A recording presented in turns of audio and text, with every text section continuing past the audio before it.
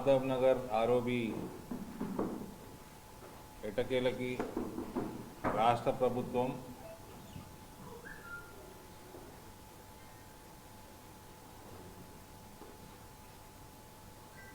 అన్ని కావాల్సిన administrative sanctions,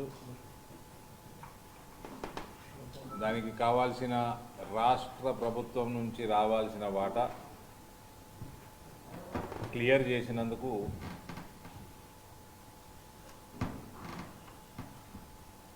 జిల్లా ప్రజల తరఫున హర్షిస్తా ఉన్నాం. Better late than never. 2014లోనే ఈ పనులు మొదలు కావాల్సినాయి. 2014లో 2 లేన్ బ్రిడ్జ్ శాంక్షన్ అవ్వటం, ఆ తర్వాత రాష్ట్ర ప్రభుత్వం లేఖ రాయటం 2 లేన్ సరిపోదని, సైంటిఫిక్ ప్రొసీజర్ అడాప్ట్ చేయకుండా, ట్రాఫిక్ అనాలిసిస్ చేయకుండా లేఖ రాసి ఇక్కడ మేము 4 లేన్ కట్టుకుంటాము 2 లేన్ సరిపోదు అని ప్రొసీజర్ అడాప్ట్ చేయనప్పుడు కేంద్ర ప్రభుత్వం సరే మీరు కట్టుకుంటే అంటే కట్టుకోండి, మాకు ఇబ్బంది లేదు, డబ్బులు ఎక్స్ట్రా డబ్బులు మీవే అని. ఆ ఎక్స్ట్రా డబ్బులు పెట్టుకుంటామని రాష్ట్ర ప్రభుత్వం కూడా ఒప్పుకొని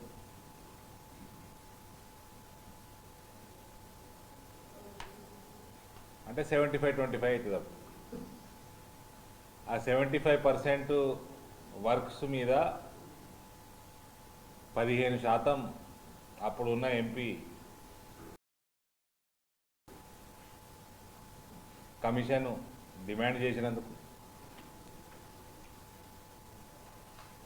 ప్లస్ అప్పుడున్న ఎమ్మెల్యేలు ఇప్పుడు కూడా ఉన్నారనుకోండి, మళ్ళీ వాళ్ళ సంగతి తర్వాత సపరేట్గా చూసుకోవాలా, ఎంపీటీసీలు జెడ్పీటీసీల సంగతి వాళ్ళకి సపరేట్గా చూసుకోవాలా. సో ఇట్లా పీడిస్తే అప్పుడు ముందరకు వచ్చే కాంట్రాక్టర్ కూడా వారిపోయాడు. అట్లా సుమారు 8 సంవత్సరాల క్రితం స్టార్ట్ చేయాల్సిన పనులు డిలే అయ్యి 2019లో భారతీయ జనతా పార్టీ ఎంపీగా ఇక్కడ ఎన్నికైనాక one of the most priority వర్క్స్లో మాధవ్ నగర్ ఆర్ఓబి టేకప్ చేయడం జరిగింది. లిఖితపు ఏదో లెటర్ రాసుడు కాకుండా ఒక సైంటిఫిక్ పద్ధతిలో ట్రాఫిక్ అనాలిసిస్ చేపించి, ట్రాఫిక్ మళ్ళా 2 లక్షల టీయూవీలు దాటదేమో అని భయంతో బైపాస్ బంద్ చేపించి, ఏదో రిపేర్లు నడుస్తున్నాయి అప్పుడు బంద్ చేపించి, ట్రాఫిక్ అంతా మెయిన్ రోడ్ మీద డైవర్ట్ చేసి 2 లక్షలు దాటించి,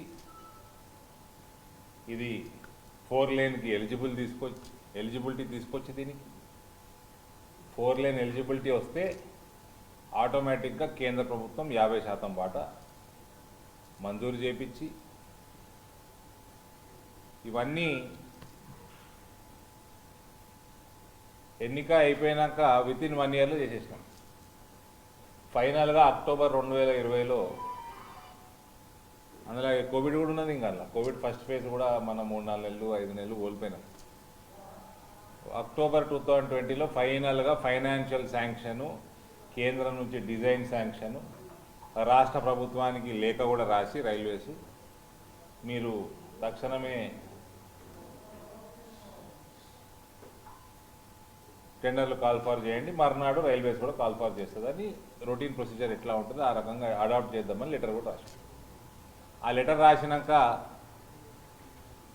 6 నెలల వరకు స్పందన లేకపోతే ఒకరోజు దిశ మీటింగ్లో ప్రశాంత్ రెడ్డి గారి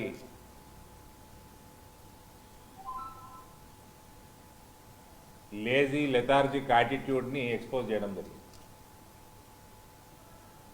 6 నెలలు అవుతున్నా కూడా ఇంకా ఎస్టిమేట్ పంపుతలేదు, అని పంపుతలేదు.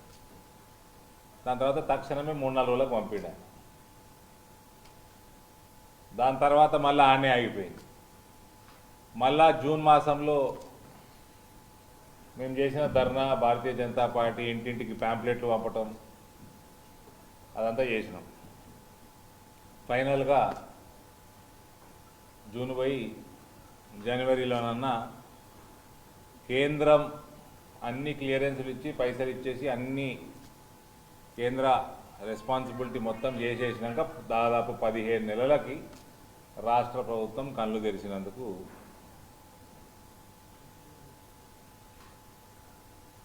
ఇవాళ సంతోషం. ఈ ఏదైతే ఆర్ఎండ్బి మంత్రి గారికి చెప్తా ఉన్నాను, మీ వల్ల డిలే అయిందో 15 నెలలు, అది దయచేసి వర్క్లో స్పీడ్ చూపించి 1 ఇయర్లో కంప్లీట్ చేద్దాం. ఈ ప్రాజెక్ట్ 1 ఇయర్లో చేసుకోవచ్చు కూడా. మా సైడ్ నుంచి ఎటువంటి కేఎస్టీ ట్యాక్సులు ఉండవు. మేము కాంట్రాక్టర్ల జోలికి కూడా పోము. టైంకి పని కాకపోతే అప్పుడు మేము కాంట్రాక్టర్తో మాట్లాడతాం. ఇప్పుడు ఆర్మూరు నియోజకవర్గంలో 3 ఫ్లైఓవర్ల పని నడుస్తున్నాయి. అక్కడ కోవిడ్ వల్లనో దేని వల్లనో జీవన్ రెడ్డి గారి ఇన్వాల్వ్మెంట్ వల్లనో డిలే అవుతుంటే 3 సార్లు మీటింగ్ చేసుకున్నాను నేను లాస్ట్ 4 మంత్స్లో. ఫైనల్గా మార్చు, ఏప్రిల్, నెక్స్ట్ ఇయర్ ఈ ఇయర్ డిసెంబర్ వరకు 3టికి టార్గెట్ ఇచ్చిండ్రు. పనులు నడుస్తున్నాయి.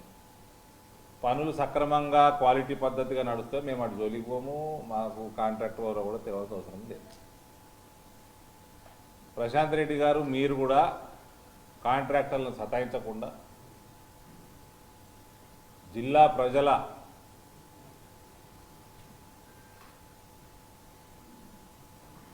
ఇంట్రెస్ట్ దృష్ట్యా స్పీడప్ చేసే పనులు చేయండి.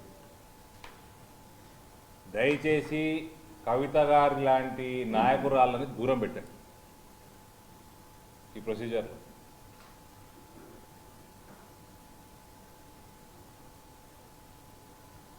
వేల్పూర్ పరువు నిలబెట్టండి. వీళ్ళందరూ జిల్లా ప్రజలకైనా ఉపయోగపడలేదు. జిల్లా ప్రజల కోసం ప్రేమతోటి ఇక్కడ ఎలక్షన్ నిలబడలేదు. గెలిచినాక కూడా చేసింది కూడా ఏం లేదు, కరప్షన్ తప్ప. This is an achievement, moral achievement for Bharatiya Janata Party and our clean and corrupt free attitude. డబ్బులు కేంద్ర ప్రభుత్వం డబ్బులైనా రాష్ట్ర ప్రభుత్వం డబ్బులైనా ఎంత వాటా ఉన్నా అదంతా ప్రజల డబ్బే. This is a moral victory for Bharatiya Janata Party and I am proud. Madhav Nagar flyover పనులు నేను ఎంపీగా ఉన్నప్పుడు పూర్తి శాంక్షన్లు రావడం, పనులు మొదలవ్వడం. వీ విల్ మేక్ షూర్ పనులు తొందరగా ఖతమైతే కూడా we will make sure.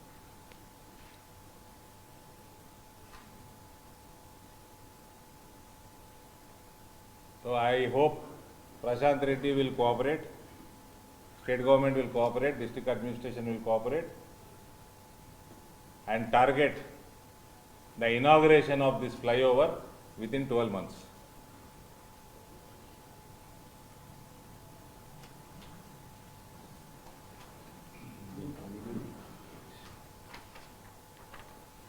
Prashanth Reddy గారికి ఇంకొకటి గుర్తు చేస్తా ఉన్నాను. సరస్వతి గారి ఇంట్లో కంపాషనేట్ గ్రౌండ్లో ఉద్యోగం మీ ముఖ్యమంత్రి గారు 10 రోజులు అన్నారు, దాటిపోయింది. తర్వాత ప్రశాంత్ రెడ్డి గారు కూడా ఇప్పిస్తా అన్నట్టున్నారు. అని కూడా చాలా రోజులు అయింది. సో అది కూడా తొందరగా చేయాలని మళ్ళీ ఒకసారి రిమైండ్ చేస్తా ఉన్నాం. ఇంకో ప్రాణం కూడా పోయింది 317 పెద్దపల్లి జిల్లాలో, out of stress, cardiac arrest, government employee. ఇక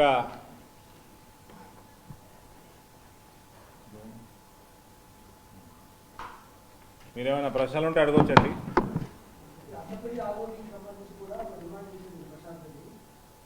Arsapalli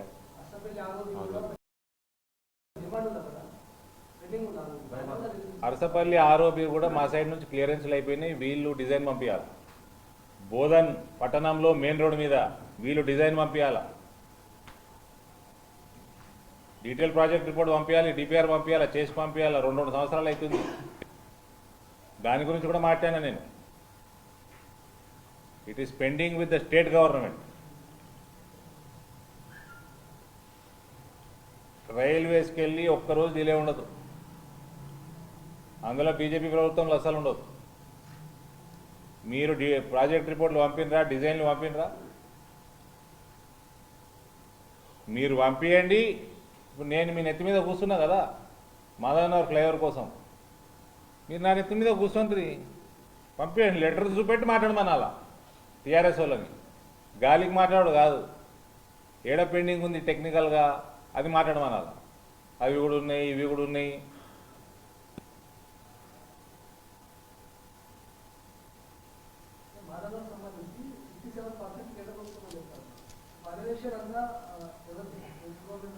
railway share railway contractor ఉంటాడు, స్టేట్ షేరు స్టేట్ కాంట్రాక్టర్ ఉంటాడు. దేశం మొత్తం ఒక పాలసీ ఉంటుంది. పాత లైన్ల మీద షేరింగ్ బేసిస్ ఉంటుంది. 6 కొత్త లైన్ల మీద 100% కేంద్ర ప్రభుత్వం ఉంటుంది. సుమారు 6 3 ఆరోపీలు నడుస్తున్నాయి. 100% ఫండింగ్ కేంద్రందే.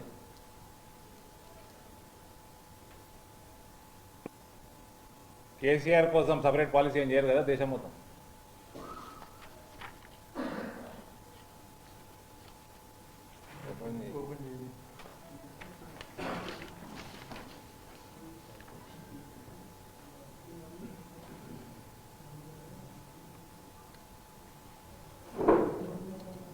మీ పోరాటం, మీ మీద జరుగుతున్న అఘాయిత్యాలు, అటాక్స్, వీటి మీద మీరు ఏదైతే ప్రశాంత్ రెడ్డి గారి దగ్గరకు పోయినరో, ప్రశాంత్ రెడ్డి గారు దాని మీద కూడా యాక్షన్ తీసుకోవాలి. మీ మిత్రులు, మీడియా మిత్రులు అందరూ మీకోసం మేము కూడా పోరాటం చేస్తున్నాం. సో స్టేట్ అడ్మినిస్ట్రేషన్ దాని మీద తొందరగా యాక్షన్ తీసుకోవాలి.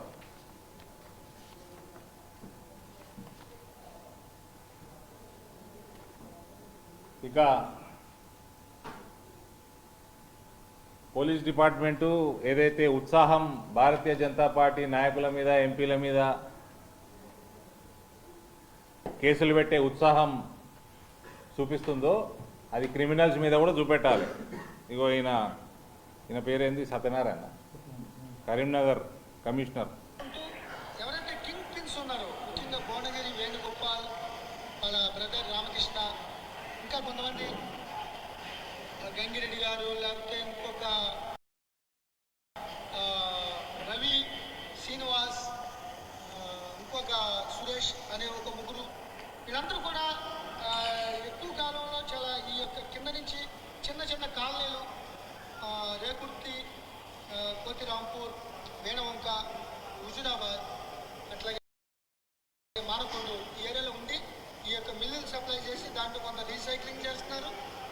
అదే బియ్యాన్ని తీసుకొచ్చి మళ్ళీ గవర్నమెంట్కి లెవీ రూపంలో ఇచ్చేయడానికి ఒక ప్రణాళిక చేస్తున్నారు. అట్లాగే పేడ్ ప్రైస్ షాప్ నుంచి కూడా కొంత డైవర్ట్ అవుతుంది. ఎవరైనా సరే, అంతటి వారైనా సరే ఈ యొక్క దందాలో ఈ రోజు నుంచి ఎవరైనా పార్టిసిపేట్ చేస్తే ప్రత్యక్షం పరోక్షంగా ఉన్న వాళ్ళపై చాలా కఠినమైన చర్యలు తీసుకుంటాం. ఇప్పటికే 5గురిని ఐడెంటిఫై చేస్తాం. వాళ్ళ మీద అతి త్వరలో పీడీ యాక్ట్ నమోదు చేసి వాళ్ళని జైలు పంపించడం జరుగుతుంది. Thank you very much. So ఆయన కమిషనర్ మాట్లాడింది విన్నారు. రీసైకిల్ దందా వేణుగోపాలు, రవి, శ్రీనివాసు అన్నాడు, మధ్యలో గంగిరెడ్డి గారు అన్నాడు. బీజేపీ నాయకులనేమో పార్టీ ప్రెసిడెంట్లనేమో ఈడ్చుకపోయి జైలు వేస్తున్నారు, క్రిమినల్స్నేమో గారు అని సంబోధిస్తున్నారు. సత్యనారాయణ గారు ఎందుకు, ఆయన గంగుల కమలాకర్ దగ్గరనే, లేదా గంగుల కమలాకర్ కూడా ఆయన ప్రెషర్ బాగుందా మీ మీద కాపాడమని?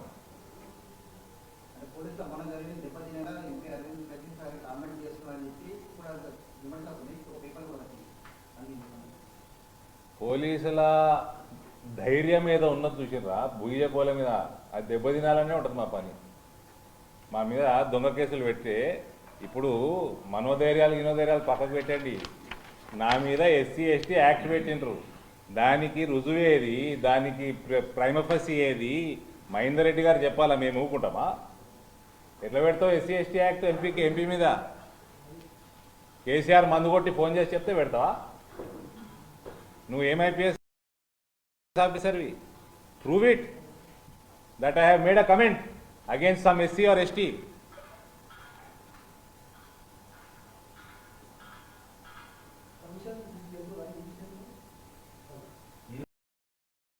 నడుస్తుంది కదా ఇప్పుడు ప్రివిలేజ్ కమిటీ దగ్గర కదా పోని, బండి సంజయ్ గారి నడవని. ఇంకా నేనేం పట్టించుకుంటలేను మనోధైర్యము, ఇంకా నేను ఎవరు కంప్లైంట్ చేయలేదు, నేనేం చేయలేదు.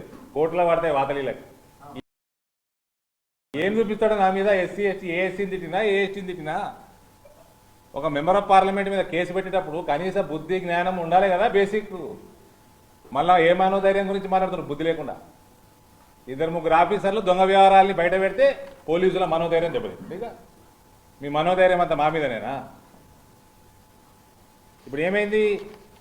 10 రోజుల కింద ఆయన సత్యనారాయణ మాట్లాడాడు, 5గురిని ఐడెంటిఫై చేసిన అన్నాడు, పీడీ యాక్ట్ పెడతా అన్నాడు. మరి ఎవరి మీద ఏమైనా కేసు బుక్ చేసిర్రా? ఎవరైనా అరెస్ట్ చేసిర్రా? 200 కోట్ల స్కామ్ ఇది, అదొకటి. ఆ విషయమే ఇప్పుడు ఆయన సత్యనారాయణ మాట్లాడింది. 50% రీసైక్లింగ్ దందా కరీంనగర్, ఉమ్మడి కరీంనగర్ జిల్లాలో నడుస్తుంది. 1000 కోట్ల స్కామ్లల్లో 50% నడిచేది కరీంనగర్ జిల్లానే. ఒక నన్ను అరెస్ట్ చేసిర్రా? ఇవన్నీ ఫాస్ట్గా చేయండి, మీ మనోధైర్యం పెరుగుతుంది. క్రిమినల్స్ లోపలేస్తే ఎవరన్నారా మనోధైర్యం దెబ్బతింటుంది? ఏ ఆఫీసర్?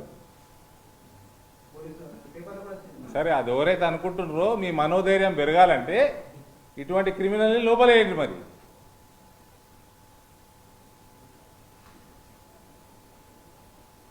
మీ మనోధైర్యం పెరుగుతుంది, ప్రజల మనోధైర్యం పెరుగుతుంది, మా మనోధైర్యం పెరుగుతుంది, అందరి మనోధైర్యం పెరుగుతుంది.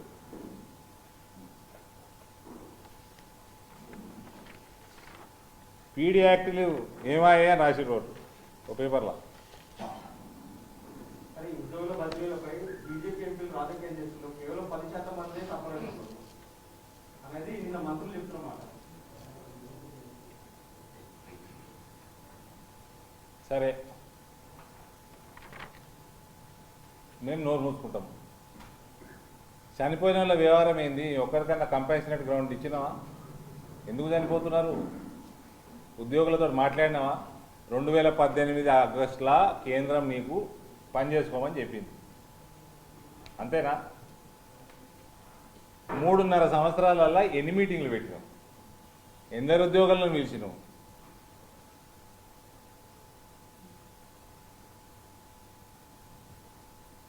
ఇదంతా రభస అవుతుంది.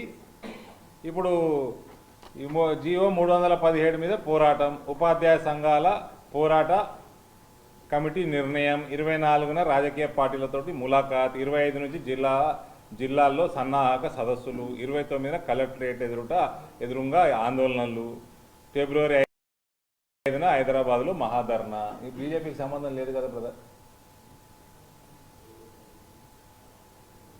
ఆగిన ఉద్యోగి గుండె, ఆత్మహత్యలు, కార్డియాక్ అరెస్టులు,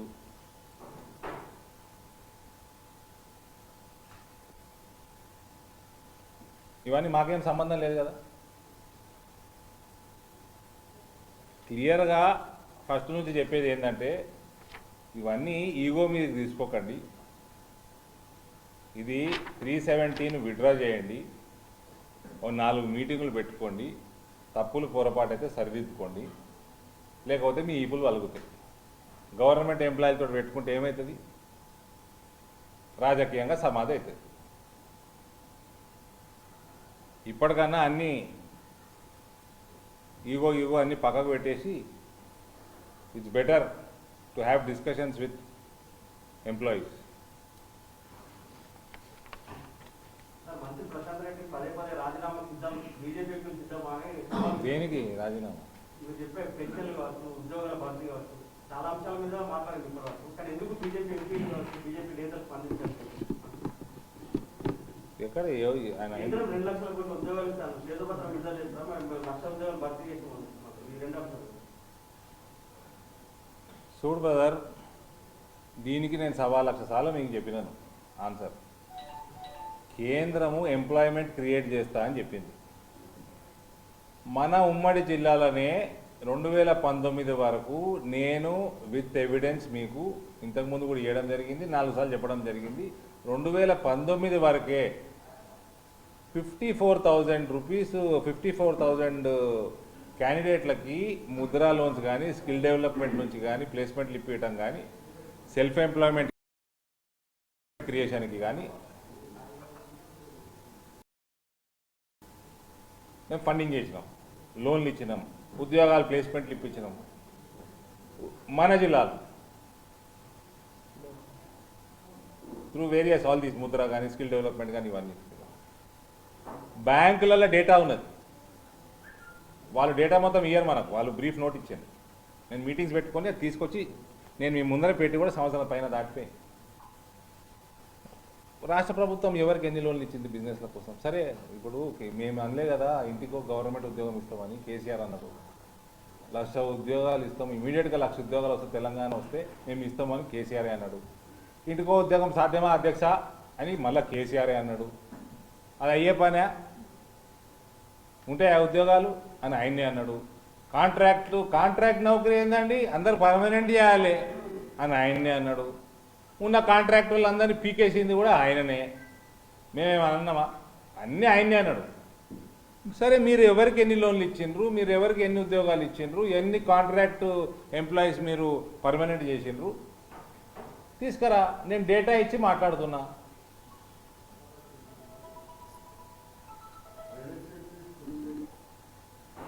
నరేంద్ర మోడీ గారు గవర్నమెంట్ ఎంప్లాయ్మెంట్ అన్నాడా, ఎంప్లాయ్మెంట్ అన్నాడా?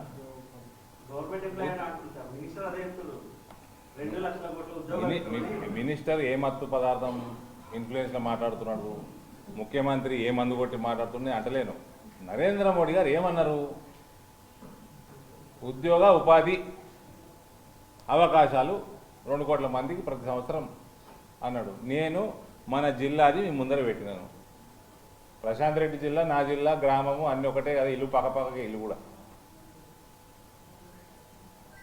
నువ్వు డేటా ముందర పెట్టి మాట్లాడు.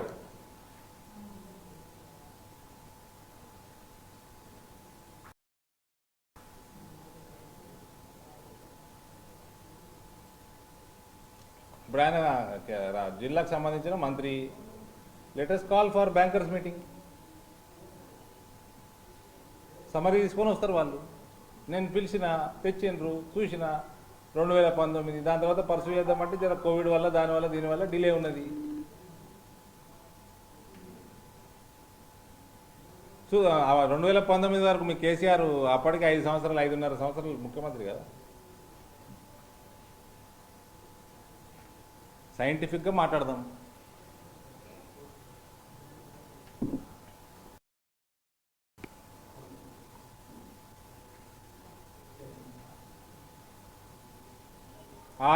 అక్టోబర్ 2021 2 నెలల్లో 80,000 కొలువులు అన్నాడు.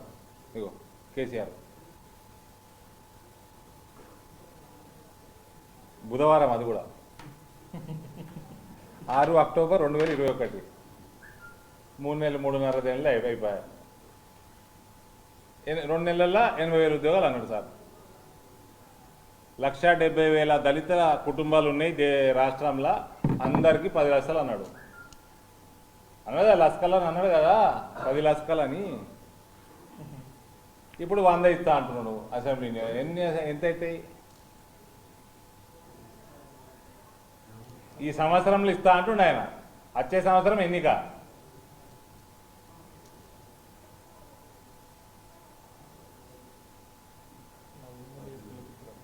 మళ్ళీ అది ఎమ్మెల్యే చెప్పినోడికి ఇవ్వాలి, డబల్ బెడ్రూమ్ ఎమ్మెల్యే చెప్పినోడికి ఇవ్వాలి. పెన్షన్లు కూడా ఈ మధ్య కొత్త పెన్షన్లు ఇవ్వడం కేవలం కేంద్ర ప్రభుత్వం ప్రెషర్ వల్ల వస్తున్న, మీకు తెలుసు నాకు తెలుసు. టార్గెట్స్ ఇచ్చిండ్రు. కోవిడ్ వల్ల అందరికీ అన్ని అందాలా, రేషన్ కార్డు కూడా కొత్త ఇష్యూ చేయాలా, పెన్షన్లు కూడా ఇష్యూ చేయాలా, గైడ్ లైన్స్ వచ్చినాయి, సర్క్యులర్లు వచ్చినాయి, మీ ముందరికి వచ్చినాయి, నా ముందరికి వచ్చినాయి, మీ పేపర్లలో వేసారు, ప్రెషర్ కొట్టిండ్రు, పెండింగ్ అప్లికేషన్లు అన్ని క్లియర్ చేయాలని కేంద్రం చెప్తే వచ్చినాయి. I wrong?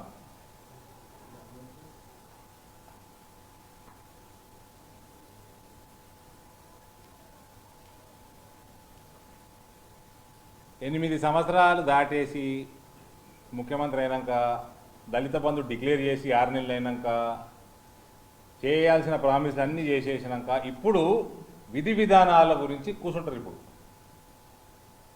వీళ్ళు చేసిన ప్రామిస్ల మీద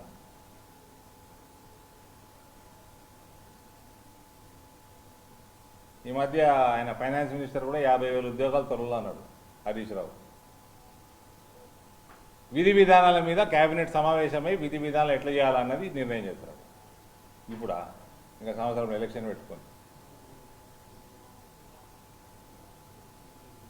కమిట్మెంట్ లేని ప్రభుత్వం,